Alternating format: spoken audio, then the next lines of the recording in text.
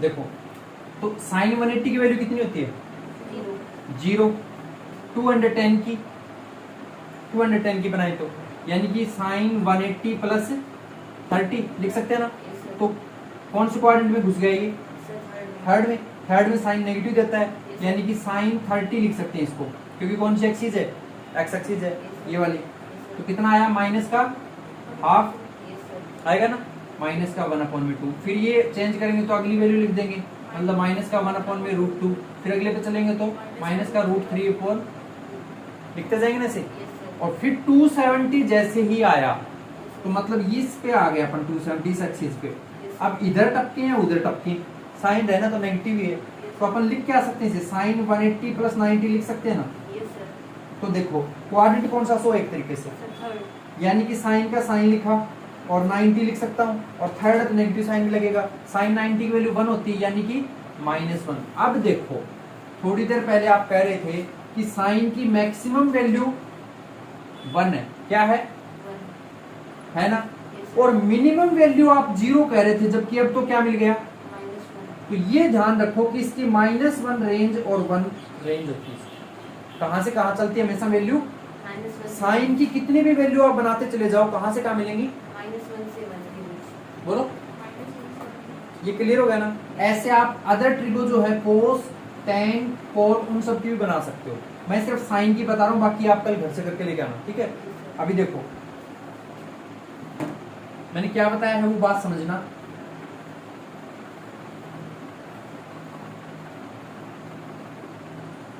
यानी कि आप ये कहना चाहते हो कि अगर साइन थीटा है, कौन है? और इसके अंदर इनपुट अगर अपन π/2 दे या फिर -π/2 दे, या फिर इधर वाले को प्लस कर लो इधर को माइनस कर लो, ठीक है, ओके। तो इसके ऊपर हमें -1 मिल जाती है क्योंकि नीचे वाली लाइन को यूज में लेते हैं, और इस पे हमें +1 मिल जाती है। तो इसका डोमेन कौन होगा? साइन थीटा का इसका डोमेन होगा जो अपन इनपुट करते हैं, यानी कि -π/2 और π/, और इसकी रेंज क्या होगी? ये तो गया डोमेन, इसकी रेंज क्या होगी? कहां से कहां तक आती है वैल्यू? हमेशा -1 से 1 तक आती है। क्लियर है इतना? अब देखो एक पॉइंट और बताता हूं, यहाँ पर हमें ब्रैकेट भी यूज में लेना है।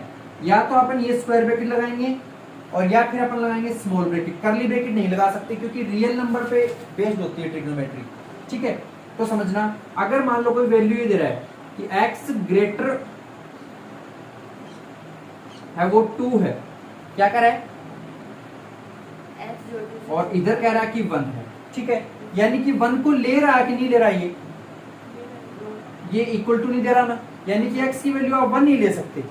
तो इट मींस आप कहोगे 1 से लेकर 2 तक तो इसकी वैल्यू है, 2 इंक्लूड है ना। तो यहाँ पर स्क्वायर ब्रैकेट लगाओगे, क्या 1 भी इंक्लूड है क्या? तो इसलिए राउंड ब्रैकेट लगाओगे। समझ में आ रहा है? तो इट मींस हमने ये दोनों वैल्यूज इंक्लूड की है ना, तो यहाँ पर हमें ये ब्रैकेट लगाना पड़ेगा, ठीक है। आप अपनी बुक के अंदर भी देख सकते हो, यहाँ पर भी ये लगाना पड़ेगा, ओके। ये बात क्लियर है क्या कि ट्रिग्नोमेट्री फंक्शन की ये तो क्या हो गई? डोमेन, कि यहाँ हम इससे लेके इसके बीच में हमेशा वैल्यू फिल करते हैं। ये क्या हो गई? रेंज हो गई। लेकिन अपन तो चैप्टर पढ़ रहे हैं ITF, मतलब इनवर्स ट्रिग्नो फंक्शन। तो हमें तो साइन और यहाँ पर कोई वैल्यू तो लेनी होगी, यानी इस बार ये रेंज नहीं होकर ये अपनी क्या बन जाएगी? डोमेन बन जाएगी। कब? इनवर्स ट्रिग्नो की बात करते हैं तब, उस वक्त के लिए। और ये क्या बन जाएगी अब? रेंज। ये क्लियर है क्या? Yes sir. बोलो, जो अपन पहले डोमेन और रेंज पढ़ रहे थे वो उल्टा हो गया अब काम सारा। यहां तक समझ में आ गया कैसे क्या करता है? ठीक है। उसके बाद में हमें जो ये चैप्टर पढ़ना है इसके अंदर हमें चलना है उल्टा, मतलब मिरर इमेज पे चलना है। देखो ऐसे हमारा 4 क्वाड्रेंट होते हैं या नहीं होते? वीडियो ऑन है ना? ठीक है। तो इसके यहां पर अगर आप कोई मान लो बॉक्स लेते हो, ठीक है, और एक मान लो यहां पर कोई ट्रायंगल लेते हो ऐसे, एक मान लो आप यहां पर कोई ट्रायंगल लेते हो ऐसे, ले लिया, तो इनकी हमेशा मिरर इमेज का मतलब ऐसे कोई लाइन ड्रॉ कर लो, ठीक है, और जिसको यहां पॉलिश किया हुआ मान लिया, तो इसकी इमेज हमेशा इसमें बनेगी, मतलब कि सेकंड क्वाड्रेंट की इमेज कहां बनेगी? फोर्थ में। ऐसा कुछ बन जाएगा। लेकिन थर्ड की हमेशा थर्ड में ही बनती है, बनेगी कैसे, जैसे ये लाइन इसके पैरेलल है ना, तो यहाँ पैरेलल हो जाएगी, और ये इसके है तो ये यहाँ पर ले लेंगे, ये पैरेलल, ये खड़ी लाइन और ये पैरेलल, ठीक है, कुछ ऐसे बन जाएगी। ऐसे ही ये पैरेलल तो ये बनाएंगे, एक लाइन ऐसे और एक ये इनकी फर्स्ट क्यों बनती है और थर्ड की, बाकी इनकी इमेज ऐसे बनती है। आप इनको ग्राफ के अकॉर्डिंग जब साइन थीटा का ग्राफ ऐसे फ्लोट करोगे ना, ऐसे फ्लोट होगा, तो उस दौरान आप देख सकते हो, ठीक है। तो हमें सिर्फ इनके अंदर -π/2 जो कि यहां पर मिलेगा -π/2, यहां क्या मिलेगा, ठीक है, मिलेगा ना। तो इन वैल्यूज को हमें टेकिंग करना है। जब हम इनवर्स ट्रिग्नोमेट्री पे चलेंगे उस दौरान इसको ट्रांसलेट कर दिया जाता है, मतलब इसके ऊपर तो माइनस का π/2 इधर ले लेंगे क्योंकि हमें चेंज करना होता है इनके अंदर आपस में, और यहाँ पर क्या ले लेंगे, प्लस का π/2, ठीक है। तो हमें सिर्फ इनके बीच की रेंज बनानी है, उसके अकॉर्डिंग ग्राफ प्लॉट करना होगा, वो क्वेश्चंस पे करके दिखाऊंगा, ठीक है। यहाँ समझो पॉइंट, हमने जो टेबल सीखी, ठीक है, उस टेबल के निचोड़ को समझ लो। आप अपनी बुक में देख सकते हो, टेबल बना रखी है, देखिए सारा खेल इस टेबल का ही है, ये ग्राफ सारे दे रखे हैं। पेज नंबर 40 पे साइन इनवर्स दिया है, cos inverse, cosec inverse, sec inverse और टेन इनवर्स और कोट इनवर्स, ठीक है। अब इसके अंदर ये वाला जो दिया -1 और 1, ये सही है क्या, डोमेन है क्या, ये बताया था थोड़ी देर पहले। अगर ये साइन थीटा होता तो क्या बन जाती, रेंज हो जाती, क्या हो जाती, फिलहाल के लिए क्या है ये, और इसके सामने यहाँ पर कौन दे रहा है, -π/2 से हाँ क्या दे रहा है, +π/2 कोमा π/2 तक इसकी रेंज आ रही है ना, और ये इंक्लूडिंग है। फिर कोस इनवर्स में क्या कह रहा है, -1 से 1, ठीक है, और इसके सामने इसकी वैल्यू क्या दे रहा है, 0 से पाई। फिर इसमें आ जाओ, कोसेक इनवर्स वाले में क्या कह रहा है, रियल नंबर लोगे कुछ भी, लेकिन आप कभी भी इनपुट नहीं दे सकते, -1 नहीं डाल सकते और 1 नहीं डाल सकते। ये बात समझ आ रही है।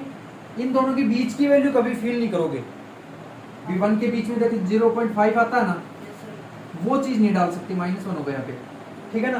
मतलब रियल नंबर डाल सकते हो कुछ भी, यहाँ पर इनपुट दे दोगे, लेकिन इन दोनों के बीच की वैल्यू नहीं आनी चाहिए। -1 भी डाल सकते हो, 1 भी डाल सकते हो, क्यों, क्योंकि राउंड ब्रैकेट लगा है, जैसे ये चीजें वो है, समझ रहे हो। तो इसका हमेशा रेंज क्या होता है, इसकी -π/2 से π/2 के, और साथ में क्या नहीं आ सकता, कभी भी 0 नहीं आ सकता, क्योंकि कोसेक पे कोई वैल्यू में 0 आता है क्या, तो इसलिए वो 0 नहीं लेंगे, ठीक है। ऐसे ही सेक पे देख लो, सेक की रेंज क्या होगी, जो कि कोस की है, क्या क्या है, r होगा सब कुछ, लेकिन ये नहीं होगा। जैसे देखो साइन में ये था ना, r में से करिए, ऐसे ये -1 और 1 नहीं होगा। रेंज क्या क्या आएगी, जो इसकी आई थी वही, यानी कि बोलो 0 और, लेकिन आप इसमें कभी 90 नहीं ले सकते, ठीक है, π/2। फिर 10 में क्या दे रहा है, ऑल रियल नंबर कुछ भी डाल सकते हो, और जिसकी रेंज कहां से कहां चलेगी, -π/2 से π/2, ठीक है। उसके बाद में कोट इनवर्स पे ऑल रियल नंबर डालोगे, लेकिन 0 से पाई के बीच चलेगी इसकी रेंज होगी, समझ आ रहा है। अब देखो ये टेबल याद है या नहीं, ये बता दो मुझे, ये टेबल याद करनी पड़ेगी। सर दर्द हो गया, चलो इसको छोड़ो, वैसे बताता हूँ। आप इस क्वाड्रेंट को तो याद रख सकते हो क्या, ये बता दो मुझे, रख सकते हो, ठीक है। अब मेरी बात समझना, यहां पर मैं मानता हूं 0, यहां पर मानता हूं पाई, वो निकाले जी इक्वेशन, और यहां मान लेता हूं π/2, यहां मान लेता हूं माइनस का, कोई दिक्कत है। मैंने 270 से क्या ले लिया, -π/2। अब समझना, ये है फर्स्ट क्वाड्रेंट और ये है सेकंड क्वाड्रेंट और ये है फोर्थ क्वाड्रेंट, ठीक है। ये है थर्ड क्वाड्रेंट।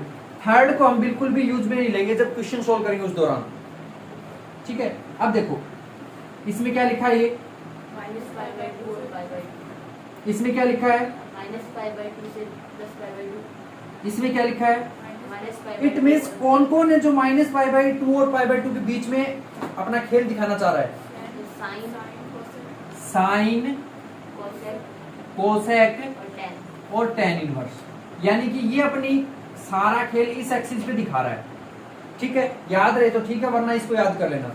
जबकि ये सारा 0 से, पाई एक बार के लिए इसको भूल जाओ, ठीक है, 0 से पाई सोचो, तो इस पे अपना खेल कौन दिखा रहा है?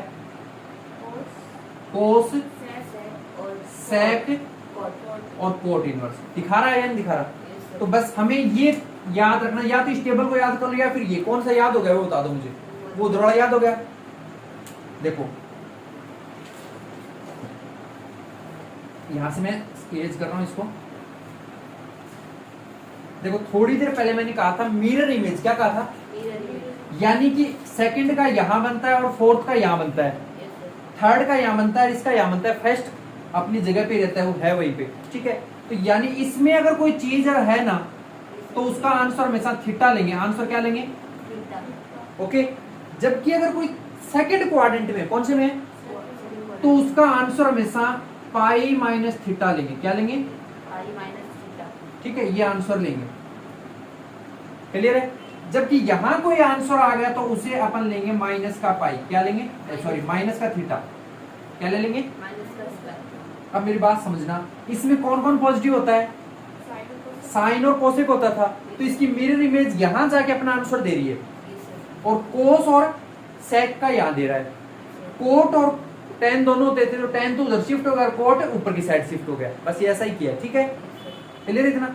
अब देखो, जैसे मैंने क्वेश्चन ले लिया, आपको कुछ नहीं करना है, क्वेश्चन को देखना है सिर्फ।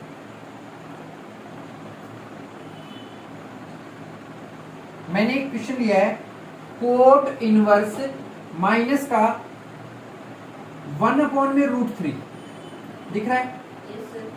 ठीक है। अब इस क्वेश्चन को समझो ध्यान से, एक बार के लिए आप भूल जाओ कि हम क्या कर रहे हैं क्या नहीं कर रहे, बस ये चीज तो दिमाग में रखो कि कोट थीटा है वो 1/√3 है, ठीक है। यानी कि इसको उधर भेजा है, इसको यहीं छोड़ा है, तो हमें यहां निकालना क्या है? एक्चुअल में एंगल तो निकालना होगा, और एंगल भी पाई की फॉर्म में, रेडियन की फॉर्म में, है ना। तो मैं क्या कर रहा हूं कि ये देख रहा हूं कि कोट है वो 1/√3 कब होता है? मतलब कि 60 पे, π/3 पे। चलो तो एक बार के लिए मैं लिख सकता हूं,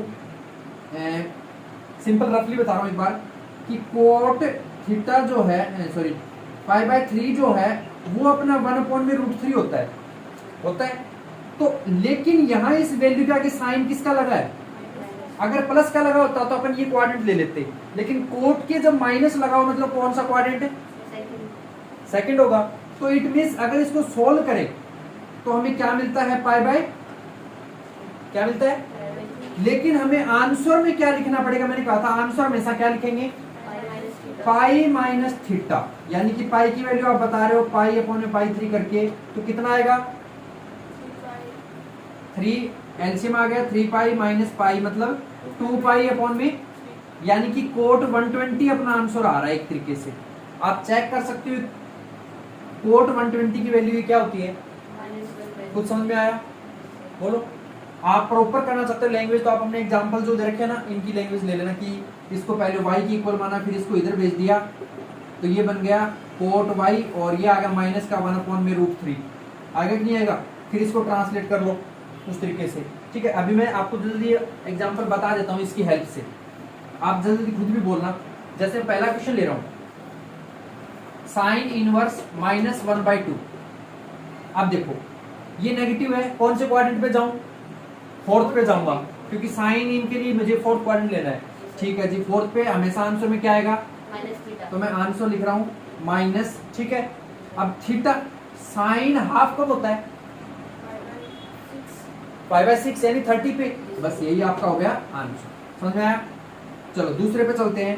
कह रहा है कि कोस इनवर्स √3/2।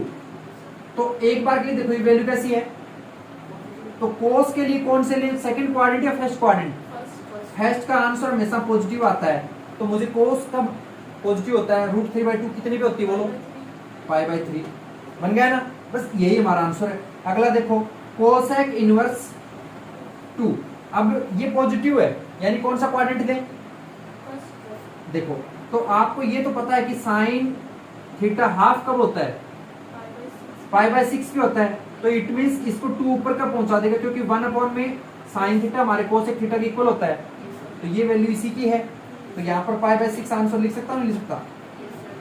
आ रहा है कुछ समझ में? ऊपर से ज़्यादा सारा कर दोगे? तो इस तरीके से आपको ये फोर्थ जो चैप्टर 2.1 में जितने क्वेश्चन दिए ना 14 के 14 सारे निपटाने अभी के अभी निपटा दोगे, फिर उसके बाद नए कॉन्सेप्ट की तरफ बढ़ेंगे। ओके है?